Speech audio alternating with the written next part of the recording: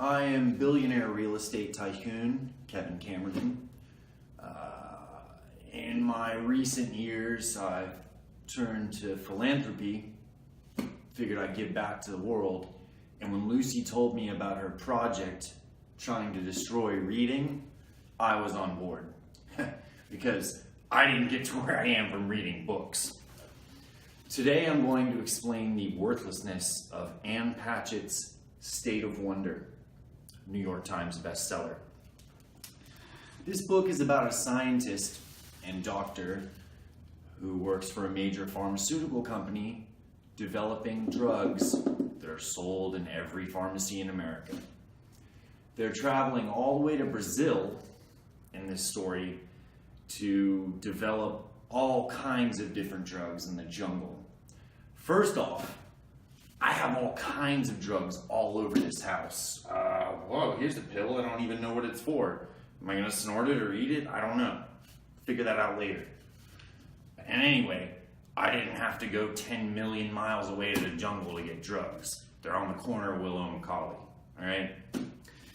So, this woman in the story, Marina, her partner dies in a mysterious accident in the middle of nowhere in Brazil.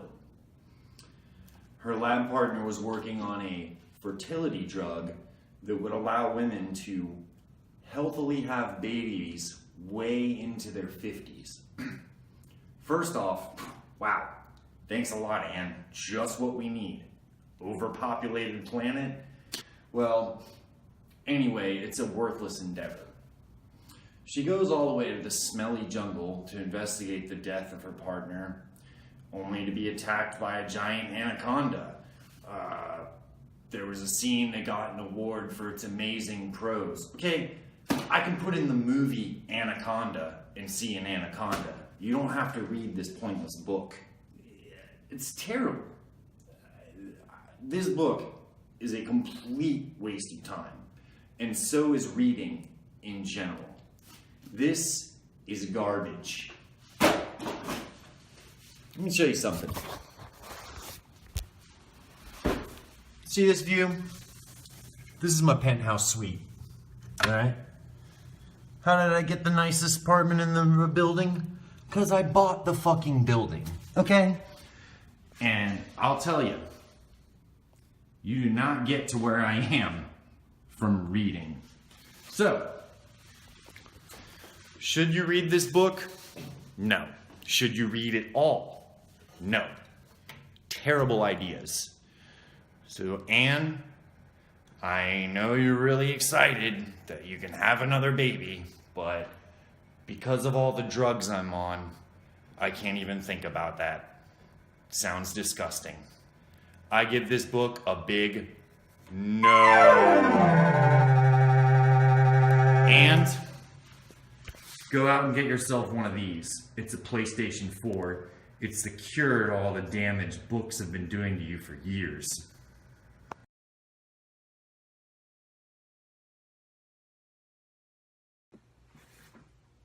Hey guys, this is Big Ben the Book Guy, and this month I'm reviewing this book, which is Underworld by Dom DeLeo.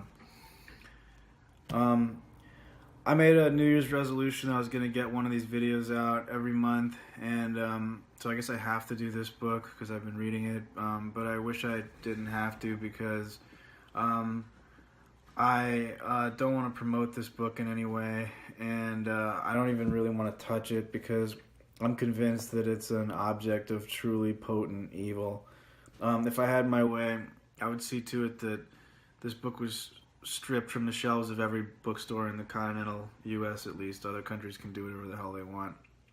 And just piled up in the downtown area of each city and set on fire, because I think only a cleansing pyre is enough to scour the innocent wood pulp of these pages of the living demons that I think are hiding in its core.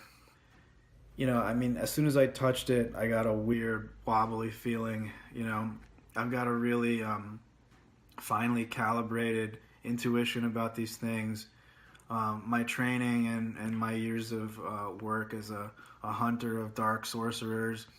I mean, it's like I can spot arcane objects of pure evil, from a mile away. So, using a sort of an adapted meditation technique and the chanting of certain holy names, I was able to create a sort of mental prophylactic before I waded into this thing, and I'm glad I did, because it's clear as soon as you start reading this thing that not only is it a piece of degenerate art that's meant to tire the souls of faithful people and promote a nihilistic view of the world, but it's also positively a minefield of hidden occult traps that I think are designed to basically impregnate the subconscious of an unaware, innocent reader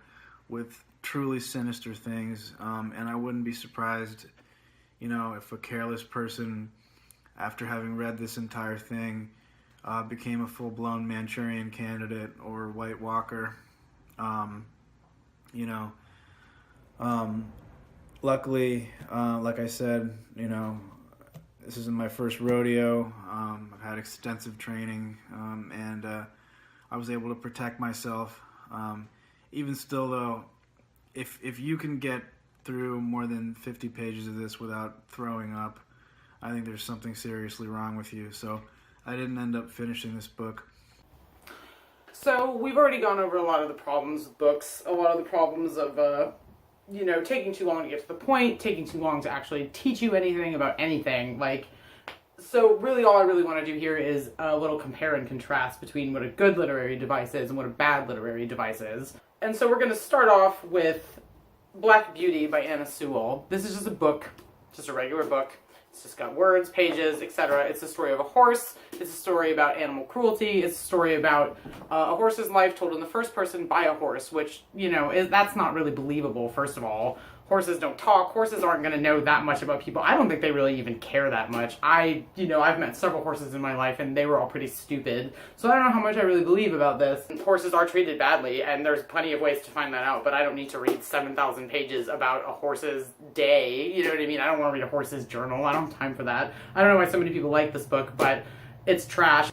Now, the example of a good literary device is probably through using literal devices, as I found out through this instant classic, Secrets of Dracula's Castle. Now, just looking at this on the face of it, it looks huge. It looks like a giant tome that's going to take your entire life to read.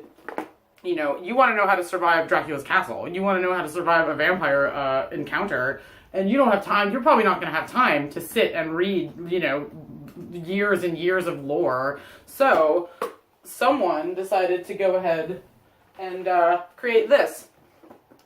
Literary devices through the use of literal devices, including a bat, fake blood, teeth. It did come with an actual book, but, we can obviously ignore it. It's about 10 pages long. Probably not important, because we've got everything that we need. It came with tape. They say that the best way to learn anything is through experience, through doing things. So we're just going to go ahead and do it. We've got the cape. We've got to pop the collar. I mean, I didn't read that, but I just sort of intuitively know from this cape's giant collar that I should be wearing it. I already feel pretty good about this. It came with teeth. Perfect. I totally understand. This makes me want to suck everybody's blood. This is great. It came with a bat, which I know what a bat looks like, so if I see a bat, I can run away because it might be a vampire. It came with, to really get the experience of being a vampire, I've now got fake blood all over me, and, you get the point. Pretty much, this is disgusting. But, reality is disgusting. There's a lot of things that you need to know that you might not know just through reading. So, it also came with, we've got a map of Dracula's castle. We've got everything we need to disguise ourselves as a vampire. I mean, really, honestly, I don't know why you would write a book any other way. Black Beauty could have really been improved if it had come with a kit with maybe, you know, it's got a bridle in it, a saddle, it's got some horseshoes that you could stab into your own feet to really understand the pain that this horse is feeling. And you know, this doesn't even have an author. This person was just so concerned about making sure that you know how to be a real vampire that they didn't even bother crediting themselves. I mean, if that's true, like, humanitarianism, I don't know what else you could say about it. I'm not going to put any of this makeup on right now. I might do that later. But, so there you go. I mean, just easy. It's easy to see like what's superior. I think books should really just go ahead and be kits of things that you can do to experience another person's or another horse's life, as it were. Don't read this.